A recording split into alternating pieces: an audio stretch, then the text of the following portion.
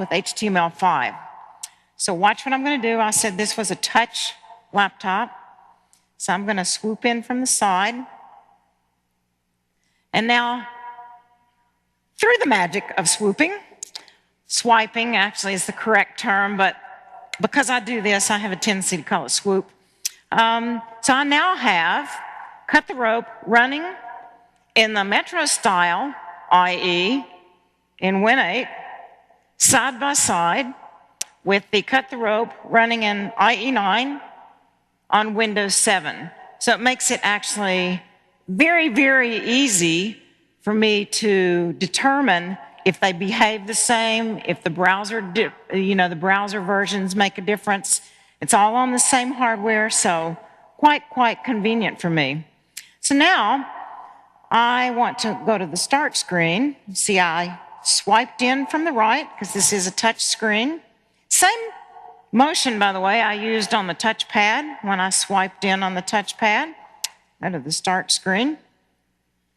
Oh, and I see I have a finance app here, and I see some of my directs have actually indicated that I have some expenses. You notice that because I have the browser one, Cut the Rope, snapped here, that this came up and replaced the hypervisor, which was running on Win8. It's still there. I could swipe back through and it would come up. So I don't have time to deal with this now because I actually have to leave. I need to go to another part of the organization. And so I wanted to show you what I have here. So I have a keychain. Mine's hot pink. Yours may not be, but I know many of you have keychains that you carry a USB key on. So I'm going to take mine, and I'm going to go around here. And I am actually going to put this in, this desktop. And then, this is, you notice, and this is BitLocker protected, but for right now, I'm going to show you something else. I am going to restart this Windows 7 system running on a traditional desktop with a mouse and keyboard, an old desktop, I might add. So what's happening here is I am booting from this USB key. So one of the other capabilities in Windows 8 is, in fact, the ability to put IT-sanctioned, clean, pure image on a USB key and boot from it on any piece of hardware that you want to. It is BitLocker protected, so if you lose the key, you don't have to worry about it because somebody else actually can't get into it. And this lets IT come up with an image that can VPN back in, you can authenticate to the domain, you can have your line of business apps on it, but you can use it on other systems that don't have that capability. You can take it home, and instead of polluting your business stuff along with your personal stuff, you can run off of this key. So let me actually type in my, aha, yes, see, I knew you'd like this feature. I got to pick which enterprise features I was going to show, and I thought these would be two great ones here.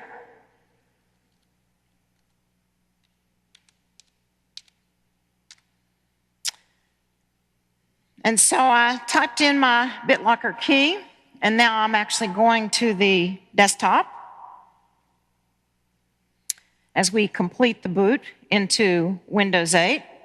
Now, I did want to show you on a really old desktop, just to make the point that you can actually put this on anything. Obviously, if you're running on really old machinery and desktop, it behaves to the ability that that actual machinery can. But I'm now here, and I have now come up, and I'm going to actually sign in.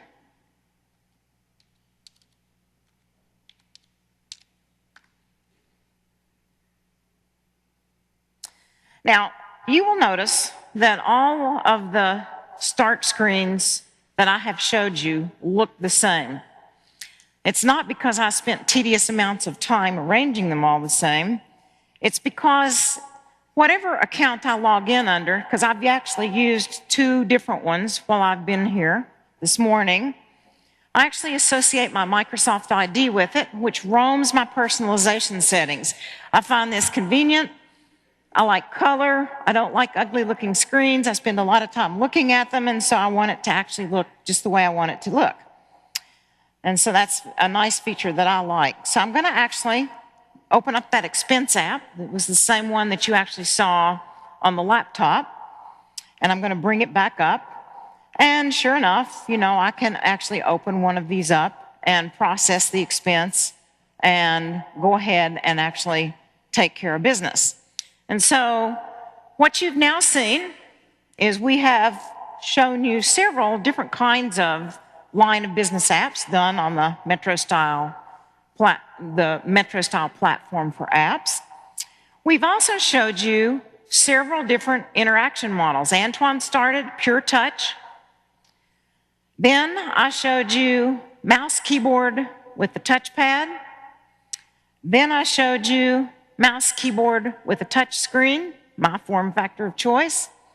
And now I've showed you desktop, pure old mouse and keyboard interaction. So what you note is it's very intuitive in all of these, and that you can move back and forth between them, which means that you can feel free in an enterprise to mix and match. They don't all have to have the same kind of input mechanisms. And people can move back and forth between them quite conveniently. So it's a very nice choice, and it is a personal style, and what you actually feel comfortable with and how you like to move your arms around and things like that. And so with that, I'm going to ask Antoine to come back on here, and he's going to show you now how to write an app on this new platform. So go for it. All right, thanks, Linda. How about that Hyper-V on the client? Isn't that awesome? I knew she was going to get applause for that. I told her she would. So we showed you a bunch of apps here, like half a dozen apps since the beginning of the demo. And what I want to talk to you about now is how you actually develop apps. Are there a lot of developers in the room? Cheer, developers? Yeah. Woo. All right. So let's talk about developing apps. So the engine that powers these new Windows 8 apps is something we call the Windows Runtime, or the WinRT for short. And it's a new platform that's built on top of the Windows kernel. So just like Win32 is, it's a native platform built in the operating system. It's not some layer on top or anything like that. And the platform has a whole new API set that's designed to make it easy to build also, this kind of app, to build games, to build all sorts of different types of apps. It has native controls that implement all the Metro design language and support touch and mouse and keyboard. It has an app model for security and for deployment and process lifetime management and state roaming and things like that. And it has mechanisms to integrate seamlessly, for apps to integrate seamlessly with the system and with each other, so the contracts we were talking about earlier. It does, it basically does everything that a modern platform needs to do, but there's one really important thing that you need to know about it, and that's actually quite unique about developing for Windows 8. And that's, we've designed the platform to make it easier for you to build Windows 8 apps using all of the skills and the experience that you already have. So this starts with the tools, right? The new version of Visual Studio it's called Visual Studio 2012, and I'm going to show it to you in a second. It builds on everything you know and love about Visual Studio today to support Metro-style development. So that's the way you use the tool, the keystrokes, the patterns for using it, all those things, all that stuff is stuff you already know, and it's the same stuff you're going to use to actually develop those Windows 8 apps. It goes beyond that. The language, or the platform, sorry, is actually designed to be language agnostic. So we're not going to make you learn some new programming language or some new UI, markup language. The platform is designed to let you use the language you know, or the language that you think is most appropriate for writing the app that you're going to write, that you want to write. So that means if you're a web developer, it means you can write native Windows 8 apps using JavaScript. If you're Silverlight or WP, any Silverlight developers in the room? Quiet, all right. If you're a Silverlight or a WPF or a .NET developer, it means you can use C# or VB.NET to actually write your native app with. If you're a C++ developer, you can use C++ to write a native app with. UI markup works the same way. If you're a web developer, you can use HTML and CSS to actually define the UI and all the visual stuff inside your app. If you're a .NET developer, you're familiar with XAML, you can use XAML to do that. You can use DirectX. In fact, you can do something really cool, is you can build a DirectX app and use a XAML-based UI on top of it, which is something really neat that a lot of people have been wanting to do for a long time. So that's really, really, really cool. And in fact, this pattern of leveraging and reusing applies across the board to other things. So things like code design methodologies, things like code architecture. You can use the same sort of publicly available code libraries for JavaScript and things like that that you can use today. You can use third-party controls and things like that. It's all just designed to make you take what you know right now and use it to build Windows 8 apps. The point is pretty simple. You actually have a huge head start in being able to build these kinds of apps just based on what you know already. So let's do a little bit of a demo here, but instead of writing an app from scratch and making you watch me write hundreds of lines of code or whatever, what I'm going to do is I'm going to actually take an app that we've already written and give you a little bit of a guided tour of it. So the app that we're going to do is actually a very typical line of business app, or at least in the pattern that it uses. It's basically, there's a data source, and the app actually lets you visualize some of that data, manipulate some of it, maybe drill through it, and then save it back. So very typical of a line of business app that probably every developer in this room has written before. It's actually an expense approval app, so this is a little bit like the one that Linda showed earlier, except that it's actually a lot more beautiful. It's written in C#, because I assumed we'd have a lot of .NET folks in the room. We could have written it in JavaScript just the same, used HTML and CSS instead of using XAML. But let's go have a look at this.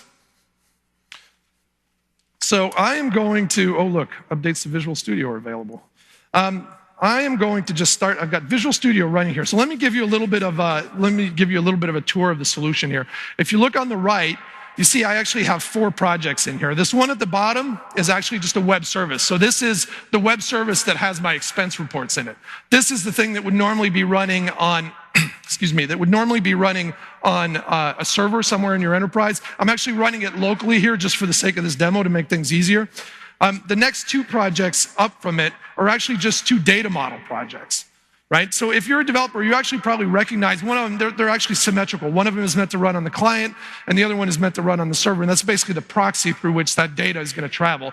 If you're a developer, you'll probably actually notice this pattern here is actually sort of a best practice and a classic way that you'll set up an app like this. So already it looks familiar, and what you know applies, what you already know applies. The project at the top here is actually the one that I want to spend the most time in, and that's the app itself. So let's expand this out, and you can see how it's organized here. Again, developers, you'll probably notice that actually the design pattern used in this app is actually just classic MVVM. So we've separated the view code from the view model code, which is the data handling and the data manipulation code, from the data itself. So it's a very clean layout, and again, sort of a familiar pattern that you'll be able to use to build Windows 8 apps. We can go look here in the views section. You can see I have 2 views in this app. So there's a main page, which is going to list my expense reports, and then there's a details page that I'm going to get to by selecting things in my main page and clicking on them or tapping on them. Let's go look at, let's load the designer here. Here's basically the main page, the layout of it. I'm in the XAML design view here. And you can see it's basically set up to have a grid with, at the top there's the title and there's a button, and at the bottom is basically the body of the body of that view. We can go look at the XAML itself and you'll see what it's doing here. I won't walk you through every line, but basically we set up that grid right here. You can see here that we're actually setting up some data binding. If I scroll down here to the body, you can see there's this grid view object, which is basically going to be this list of lists that is the body of that page. And you can see how we actually hook it up to the data binding stuff that we set up earlier. So right now, I'm going to run this app. I haven't connected it to the service or anything like that. And you will see, and sure enough, the app runs, but it doesn't show me anything. But this is, this will look familiar. This is the view that I showed you a second ago. Let's go back to Visual Studio now, and let's actually go connect things up. So the way we're going to do that, the first thing we're going to do is we're going to do something that will look familiar to all of you again, is we're going to just add a service reference. We're going to look for local services here that I can connect to. So we'll do this one, and we'll just call it service.